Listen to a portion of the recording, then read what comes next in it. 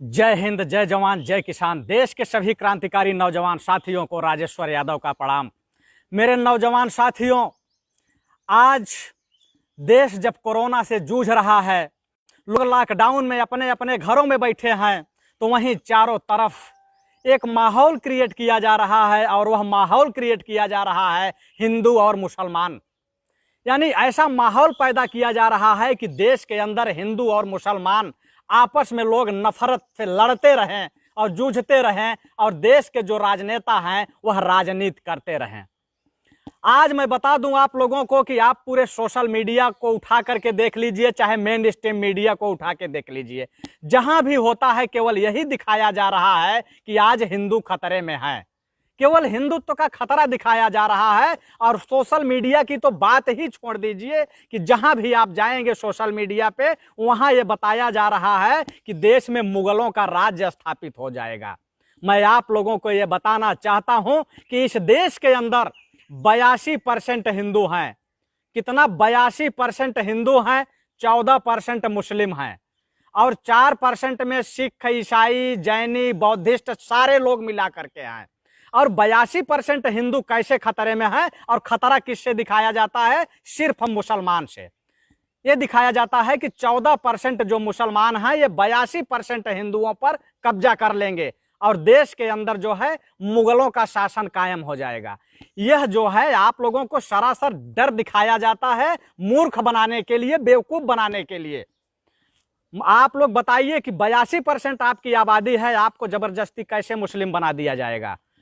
ऐसा कुछ नहीं है। अब ऐसा इसलिए कहा जा रहा है कि आप लोग हिंदू और मुसलमान के नाम पे लड़ते रहिए और आपकी जो हिस्सेदारी है 85% वालों की, यह मुट्ठी भर लोग उसको खाते रहें। आपके हाथों से सत्ता छीन करके मुट्ठी भर लोग सत्ता पर कब्जा जमाते रहें और वही आज हो रहा है। आपको हिंदू मुसलमान के नाम पे लड़वाया जाता है और सत्ता या शासन में कौन लोग बैठ रहे हैं यह आप लोगों को देखने की जरूरत है।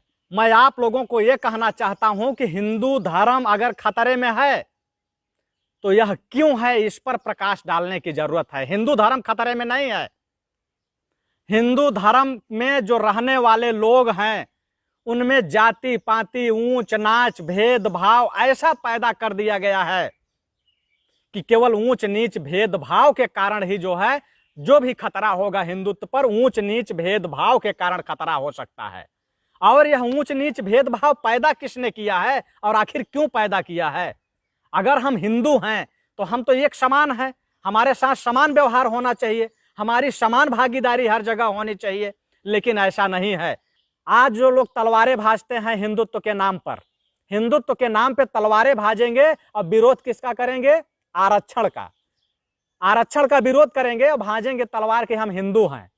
तो जब वो खतरे में आएंगे तो तलवार भाजेंगे और आपके आरक्षण का विरोध करेंगे कि आरक्षण भीख है। आखिर मैं ये कहना चाहता हूं कि जिन लोगों को दबा के रखा गया हजारों साल तक, उनके साथ ऐसा भेदभाव किया गया।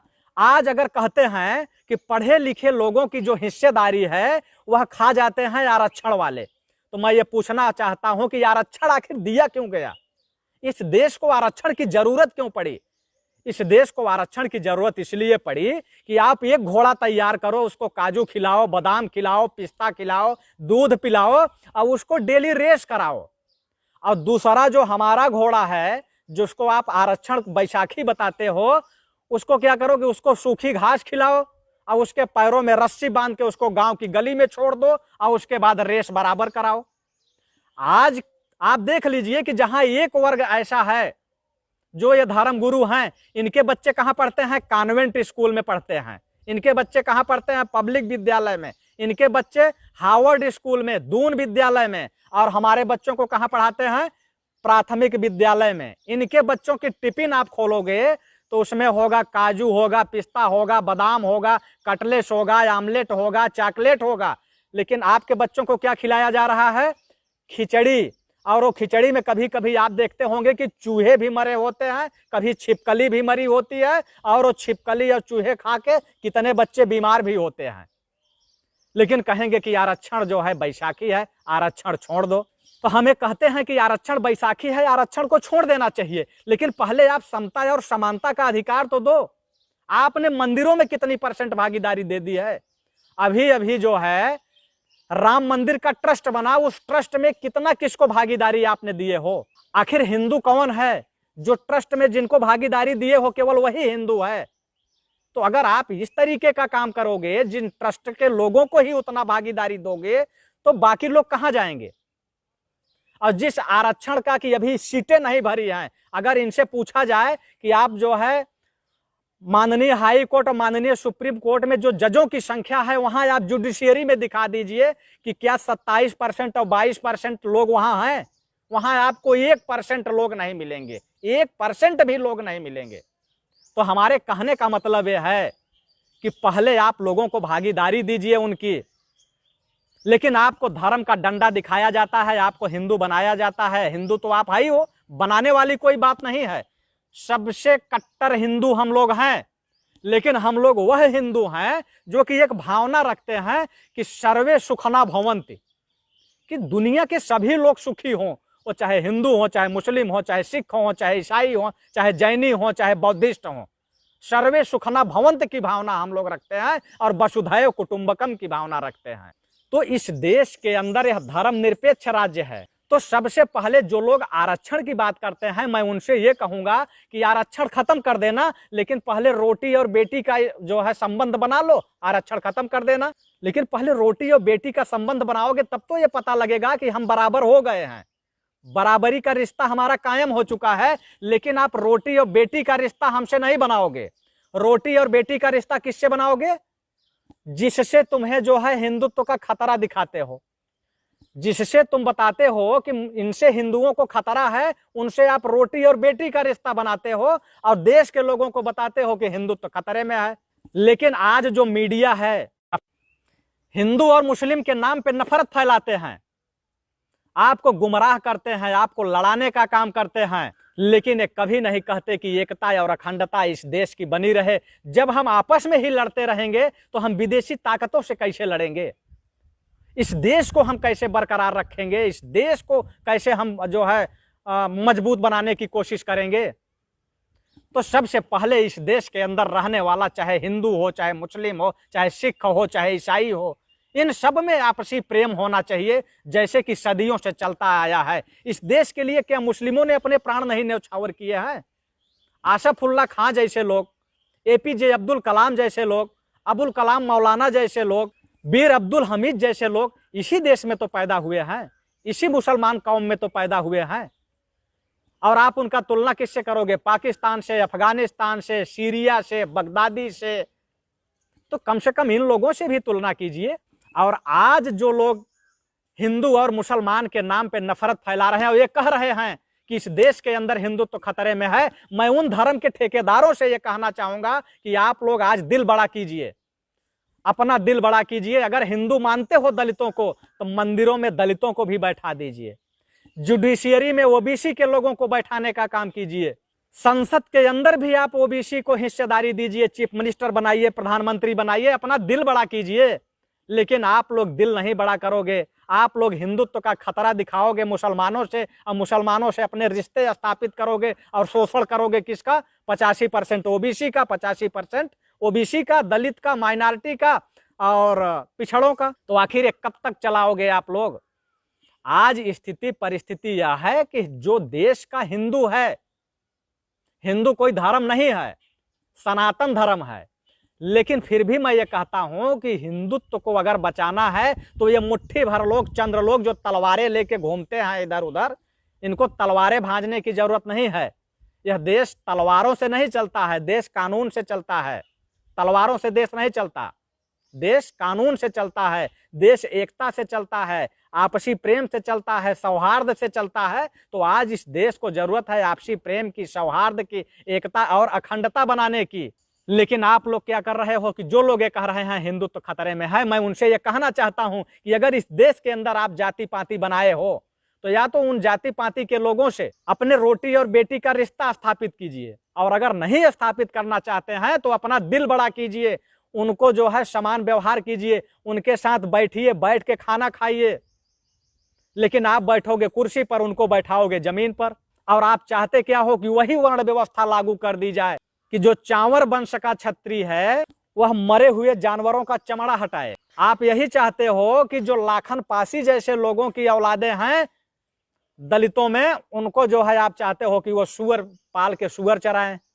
अहिरों को आप चाहते हो कि वो जो है भैंस रखें और केवल दूध बेचें। कुर्मियों को और कुशवाहा को आप चाहते हो कि ये केवल खेती का काम करे। तो ऐसा थोड़ी चलेगा, ऐसा तो हो नहीं सकता कि यही लगातार चलता रहेगा आप लोगों का, क्योंकि लोगों में बदलाव आया है, लोगों के हाथों में संविधान आया है, लोगों में समता और समानता का अधिकार संविधान ने दिया है, मनुस्मृति ने नहीं दिया है। तो जब लोग संविधान पढ़ रहे हैं, लोग पढ़ लिख के आगे बढ़ रहे हैं, तो उन्हें अपनी हिस्सेदारी चाहिए और वह हिस्सेदारी आप लोगों को देना होगा।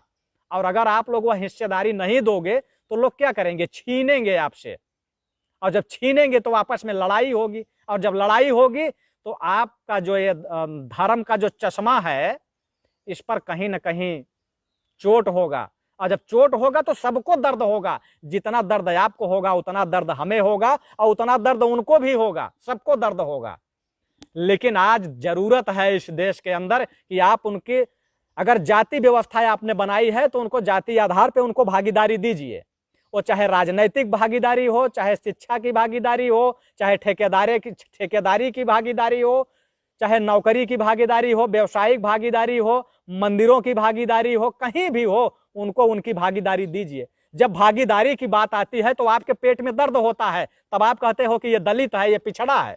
और जब आपको ये लगता है कि हमको सत्ता में आना है तो आप कहोगे कि हम हिंदू हैं, तो आप उनको पहले उनकी भागीदारी दीजिए। आज इस देश को भागीदारी की जरूरत है। जितनी भी जातियां हैं, यही आप लोगों, आपका मुख्यमंत्री हमारे जो आदित्य योगी जी हैं, यही कहते थे कि अगर संविधान नहीं होता तो सैफई के खानदान के लोग भैंस चराते होते। तो ये तो मानसिकता है आपकी, जबकि आप एक हिंदुत्व के चेहरे हो, अपने आप को हिंदुत्व का एजेंडा बताते हो और हिंदुत्व का सबसे बड़ा चेहरा बताते हो, और ये भी कहते हो कि यहीरों को भैंस चराना चाहिए। तो आप वर्ण व्यवस्था स्थापित करना चाहते हो, तो वर्ण व्यवस्था स्थापित करा करके हमको हिंदुत्व बनाओगे। उस वर्ण व्यवस्था को आप स्थापित करोगे तो लोगों को शूद्र बनाओगे। तो वह जमाना अब नहीं रह गया है। अब संविधान लागू हो गया है, इस देश में संविधान है, लोग पढ़ लिख रहे हैं। और मैं ये कहना चाहता हूं कि मैं इन्हीं जो धर्म के ठेकेदार हैं, इन्हीं धर्म के ठेकेदारों में भी कुछ ऐसे लोग हैं, मैं उनका बड़ा सम्मान करता हूं, क्योंकि हमारे कई ब्राह्मण मित्र हैं, कई राजपूत मित्र हैं, और यह लोग भी समता और समानता की बात करते हैं। आप देख लीजिए कि जो छोटे लोहिया के नाम से जाने जाते हैं, चाहे जनेश्वर मिश्रा हो, चाहे मधुसूदन तिवारी हो, चाहे मोहन सिंह हो, चाहे राजनारायण हो, तमाम लोग हैं कि जिन्होंने कि पिछड़ों के लिए, दलितों के लिए मसीहा बनने का काम किया, इन्होंने लोगों को लड़ने का काम किया। लेकिन इन्हीं में कुछ अराजक तत्व हैं, कुछ अराजक तत्व हैं, कुछ उन्मादी लोग हैं जो कि लोगों को गाली गलौज करते हैं, तलवारें भांजते हैं। अब उनको करना कुछ नहीं है, आता जाता कुछ नहीं है, केवल लोग गाली गलौज करते हैं, तलवारें भांजते हैं और उन्माद फैला के पूरी कौम को गंदा करने का काम करते हैं और पूरी कौम को गाली दिलवाते हैं। तो ऐसे बेहूदों से आप लोग दूर रहें। और आप लोग समूचे ब्राह्मणों को गाली मत दीजिए, समूचे राजपूतों को गाली मत दीजिए, आप लोग भूमिहारों को गाली मत दीजिए, आप लोग बनियों को गाली मत दीजिए, क्योंकि वो सारे लोग खराब नहीं हैं। राम मनोहर लोहिया जी भी बनिया ही थे, अग्रवाल थे, लेकिन उन्होंने भी पिछड़ों के लिए, दलितों के लिए लड़ा, चिंतक थे। जनेश्वर मिश्र चिंतक थे, मोहन सिंह चिंतक थे, राजनारायण चिंतक थे, मधुसूदन तिवारी चिंतक थे। लेकिन जो ये उन्मादी तत्व हैं, इन उन्मादी तत्वों से आप लोगों को उलझने की जरूरत नहीं है। ये उन्मादी तत्वों का काम है कि ये जो है आप लोगों को जाति आधार पर भी लड़ाने का काम करेंगे, ताकि जो और ब्राह्मण समाज के लोग, राजपूत समाज के लोग, भूमिहार समाज के लोग, बनिया समाज के लोग आपकी लड़ाई लड़ रहे हैं, वो आपकी लड़ाई न लड़ें। तो मैं ये कहूंगा कि आप लोग जो है किसी को भी अनाप शनाप गाली गलौज करने का काम न कीजिए। जो लोग आपको गालियां दे रहे हैं उनको गाली देने दीजिए। उनको गाली देने का मतलब यह है कि आप सही चोट कर रहे हैं और आपका तीर सही निशाने पे लग रहा है, और जब आपका तीर सही निशाने पे लगेगा तो दर्द होगा उनको। इसलिए आप सभी लोगों को मैं क्रांतिकारी सैल्यूट करता हूं, क्रांतिकारी इस्तकबाल करता हूं।